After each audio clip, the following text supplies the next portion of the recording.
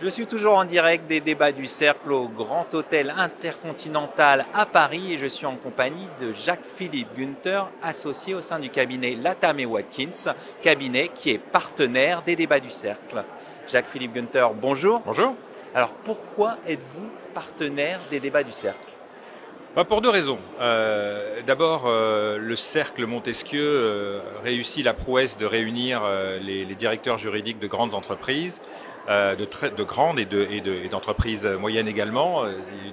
Une évolution assez sensible ces dernières années du Cercle à cet égard. Et c'est évidemment un contexte absolument fantastique pour les avocats de venir confronter les préoccupations pratiques immédiates des directeurs juridiques, des directions juridiques, et puis les mettre en perspective avec les réflexions des avocats. Donc ça c'est la première raison. La deuxième raison, c'est que le Cercle a systématiquement porté en débat des questions extrêmement importantes, des questions sensibles, des questions qui, comme aujourd'hui, touchent à la fois à la politique et au droit. Et c'est pour ça qu'on aime participer à ce genre de réflexion avec les juristes d'entreprise, avec les directeurs juridiques, qui, n'en déplaise à certains, font exactement le même métier et exercent à peu près la même profession que les avocats. Alors un mot pour nous présenter, ou plutôt nous représenter Latham & Watkins à Paris, un cabinet important de la place. Oui, Latham & Watkins, c'est un cabinet américain installé depuis très longtemps à Paris, parmi les premiers, qui a 130 avocats aujourd'hui à Paris dans tous les domaines du droit des affaires. Et donc voilà, on exerce aussi bien auprès des entreprises industrielles, des fonds d'investissement, des banques, sur toute une série de métiers. Évidemment, les fusions-acquisitions, le droit de la concurrence, le fiscal, le bancaire, le droit social, enfin j'en oublie, le contentieux évidemment, l'arbitrage. Full service par excellence. Full service, on est présent dans une trentaine de pays, voilà, on est 3500 avocats.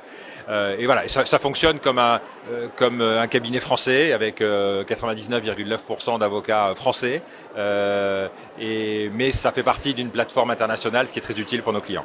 Quelle est l'actualité en cette rentrée ?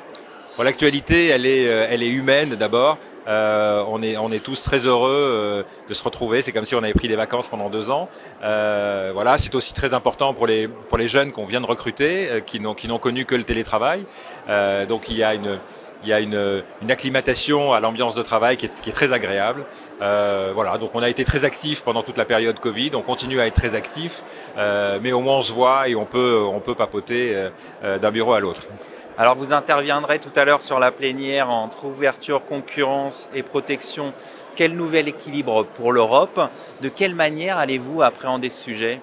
Alors, vraiment j'adore le sujet, pour être tout à fait honnête. J'adore le sujet parce que je m'y suis plongé plusieurs fois, parfois même pour des décideurs politiques qui effectivement réfléchissent à, en gros, plus d'Europe, moins d'Europe, ou peut-être, et c'est un peu mon point de vue, une Europe oui, mais une Europe un peu différente.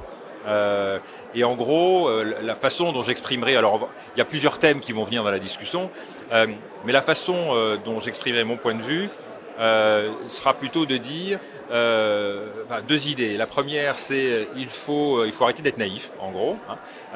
C'est-à-dire que l'Europe ne doit pas se pénaliser, ne doit pas pénaliser ces grandes entreprises et ces moyennes entreprises qui veulent grandir.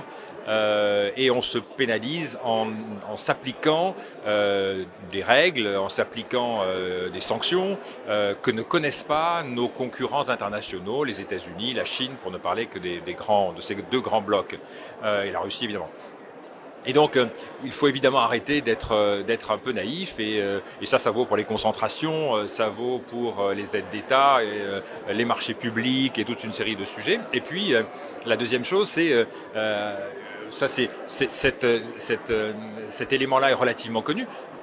Le revers de la médaille est parfois un peu moins discuté, c'est attention, parce que si on introduit des éléments de politique industrielle, donc qui s'oppose un peu à politique de concurrence, il y a un peu de dirigisme industriel.